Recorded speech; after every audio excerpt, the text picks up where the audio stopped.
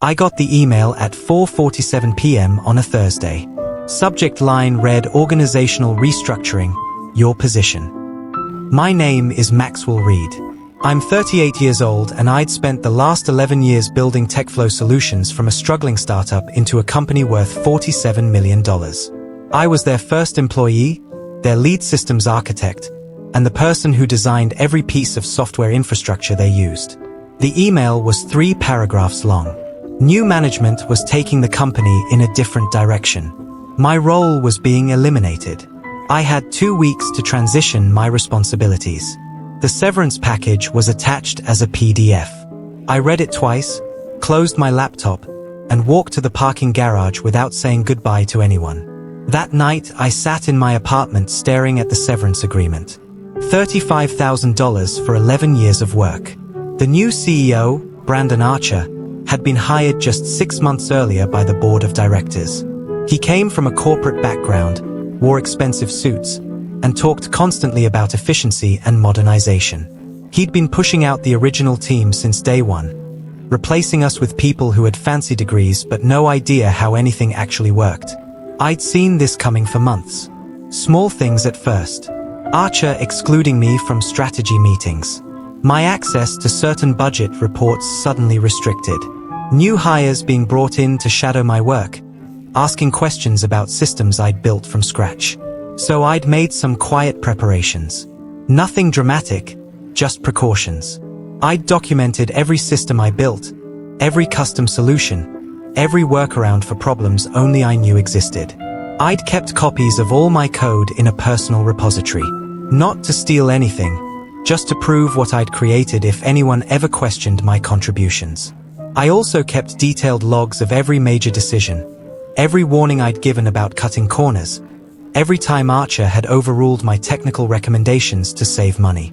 The severance agreement included a non-compete clause that would prevent me from working in the industry for 2 years. There was also a section requiring me to surrender all company documents and confirm I had no copies of proprietary code or systems documentation.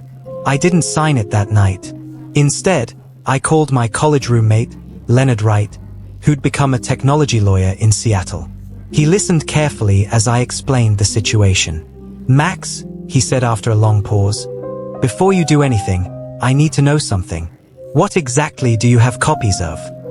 I told him everything. The system architecture documents, the disaster recovery procedures, the custom scripts that kept their entire operation running, the passwords and access protocols for systems that nobody else understood. "Did you sign any intellectual property agreements when you started?" Leonard asked. I thought back to 2014. TechFlow had been 3 guys in a converted warehouse with $50,000 in seed money. There was no HR department back then. No formal contracts. Just a handshake and a promise of equity that never materialized. Leonard was quiet for a moment. "Here's what you need to understand. The code you wrote as their employee belongs to them. But the knowledge of how it works? That's in your head. They can't take that." He paused. "Don't sign that severance agreement yet. Let me review it first. And Max, don't tell them about those copies." The next morning I went into the office like nothing had changed. Archer had assigned someone named Preston Cole to shadow me for my final 2 weeks. Preston was 26, fresh from a coding bootcamp, and completely confident despite knowing absolutely nothing about TechFlow systems. "I'm here to learn everything you do," Preston announced cheerfully, setting up his laptop at my desk. "Brandon wants a full knowledge transfer by next Friday." I smiled and opened the first system documentation. For the next 8 days, I taught Preston exactly what he asked to learn. I showed him the user interfaces. I explained the basic workflows. I walked him through the standard operating procedures that any competent developer could figure out from reading the manuals. What I didn't tell him was that TechFlow's entire infrastructure was held together by custom scripts I'd written. Systems that looked simple on the surface but required constant maintenance and adjustment. Problems that would only appear under specific conditions that happened maybe once every few months. I didn't mention the automated backup system that would fail without manual intervention every 73 days due to a vendor API quirk. I didn't explain the load balancing algorithm that needed adjustment whenever traffic spiked above certain thresholds. I especially didn't tell him about the customer database synchronization process that required a specific sequence of commands every Monday morning, or the entire system would corrupt itself by Wednesday. These weren't things I'd documented in any official company wiki. They were solutions I'd developed over years of putting out fires, learning the system's quirks, and building workarounds that I kept in my personal notes. On my last day, Preston seemed confident. "I think I've got it all," he said, shaking my hand. "The systems are pretty straightforward once you understand the basic structure." I nodded. "You'll do great." Archer called me into his office at 3 p.m. He slid the severance agreement across his glass desk. "Sign this before you leave today, Maxwell. Legal needs it processed." I looked at the document. 2 years of non-compete. Confirmation that I had no company materials. $35,000 for more than a decade of my life. "I need my lawyer to review this first," I said. Archer's jaw tightened. "That's not how this works. You sign today or the offer is withdrawn." I stood up. "Then I guess the offer is withdrawn." I walked out of his office, packed my personal items from my desk, and left TechFlow Solutions for the last time. Preston waved goodbye from my old workstation, completely unaware of what was coming. That weekend, I didn't hear anything from TechFlow. No angry calls, no demands that I return and sign papers. Just silence. Leonard called me Saturday afternoon. "They're going to realize they need you," he predicted. "When they do, we negotiate from strength." Monday morning at 9:47 a.m., my phone started ringing. TechFlow's main number. I let it go to voicemail. The message was from Preston, his voice slightly panicked. "Hey Maxwell, sorry to bother you.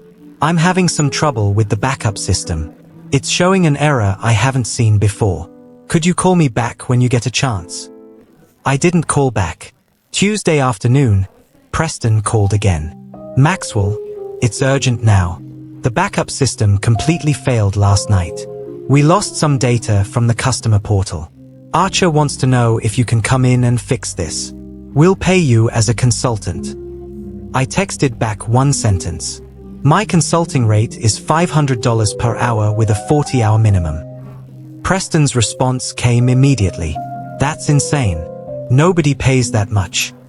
I didn't reply. Wednesday morning at 6:15 a.m., my phone rang. Archer himself this time.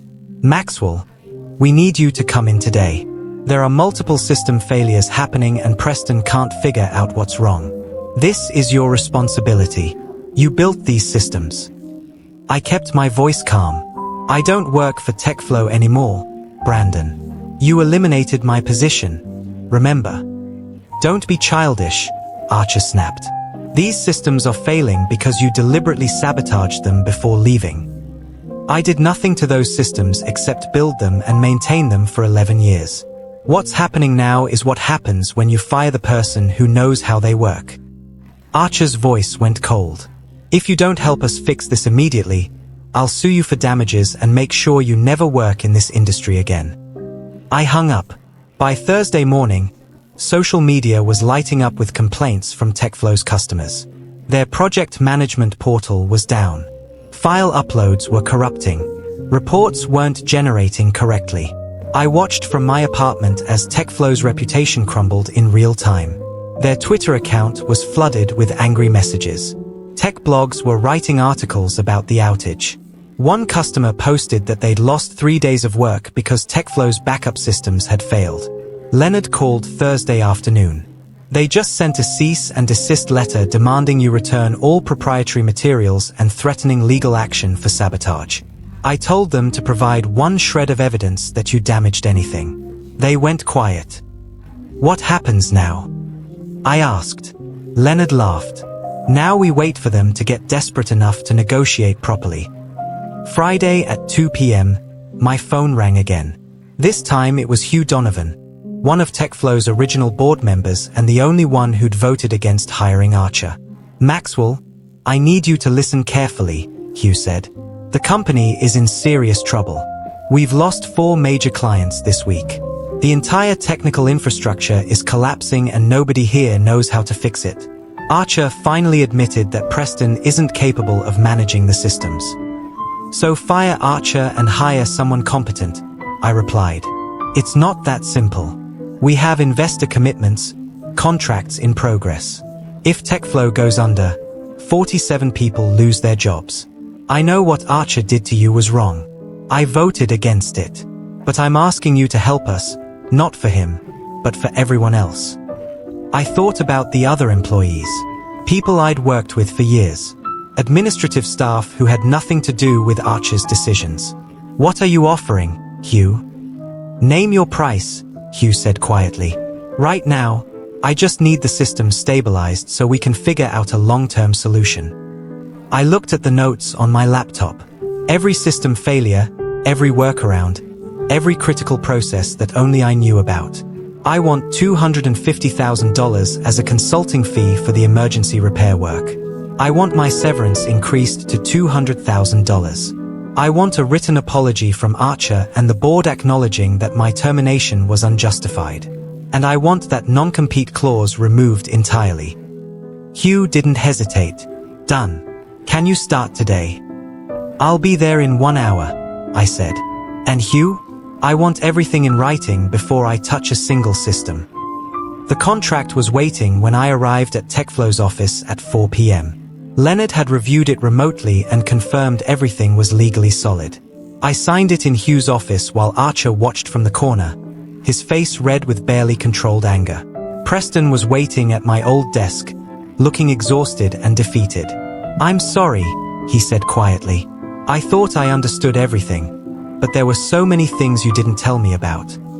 I told you everything you asked about, I replied, sitting down at the computer. You just didn't know what questions to ask. It took me 6 hours to stabilize the critical systems.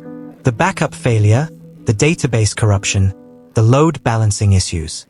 One by one, I fixed the problems using the knowledge that existed nowhere except in my head and my personal documentation. By midnight, TechFlow systems were running normally again. Customers were being notified that service was restored. The crisis was over. Hugh walked me to the parking garage. The board wants to offer you a permanent position, he said. Chief Technology Officer. Full executive compensation package. Real equity this time, not just promises. Archer will report to you. I looked back at the building I'd helped build from nothing. I appreciate the offer, Hugh, but I'm done with TechFlow. What will you do? He asked. I smiled. 3 of your former clients called me this week. They want to hire me to build custom systems for their companies. Apparently, word got around that I'm available. Hugh shook my hand. You earned this, Maxwell. Every bit of it. 6 months later, I was running my own consulting firm with 8 employees and a client list that included 2 of TechFlow's biggest former customers. I heard through industry contacts that Archer had been quietly forced out by the board in July. Preston had left shortly after to take a job at a startup where he wouldn't be responsible for systems he didn't understand. TechFlow survived, but never recovered its reputation. The company that had been worth $47 million when they fired me sold for $22 million to a competitor in November. I drove past their old office building last week. The TechFlow sign was gone, replaced by a real estate company's logo. Sometimes people asked me if I felt guilty about not helping them faster, about letting the company suffer while I negotiated. I thought about it carefully before answering. I'd given TechFlow 11 years of my life. I'd built their systems from scratch, worked weekends and holidays, sacrificed relationships and opportunities because I believed in what we were building together. They'd thrown me away the moment someone in an expensive suit decided I wasn't worth keeping around. I didn't sabotage anything. I didn't damage their systems or steal their code. I simply let them experience what happens when you fire the person who holds all the knowledge and then expect them to save you out of loyalty to a company that showed them none. The best revenge isn't destruction. It's letting people face the natural consequences of their own decisions. Sometimes the most devastating thing you can do is simply walk away and let them figure out what they've lost. If you enjoyed this story, Please like this video and leave a comment telling me what you thought. And if you haven't subscribed to the channel yet, please subscribe and hit the notification bell to get alerts about new stories like this one. Thanks for watching, and I'll see you in the next one.